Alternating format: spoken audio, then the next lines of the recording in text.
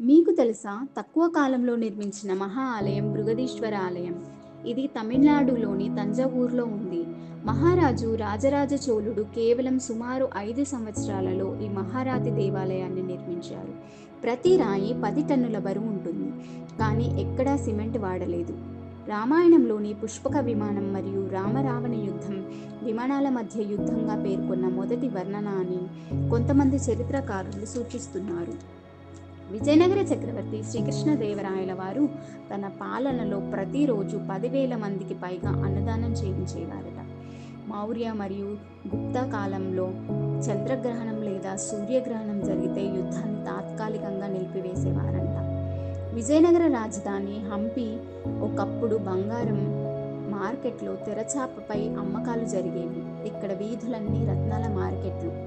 విదేశీ ప్రయాణికులు తమ వ్రాతల్లో దీన్ని గోల్డెన్ సిటీగా పేర్కొన్నారు. రాయల సింహాసనము, ఏనుగుల సైన్యము, బంగారంతో అలంకరించిన ఆలయాలు. అది నిజంగానే కలర రాజ్యం కదా.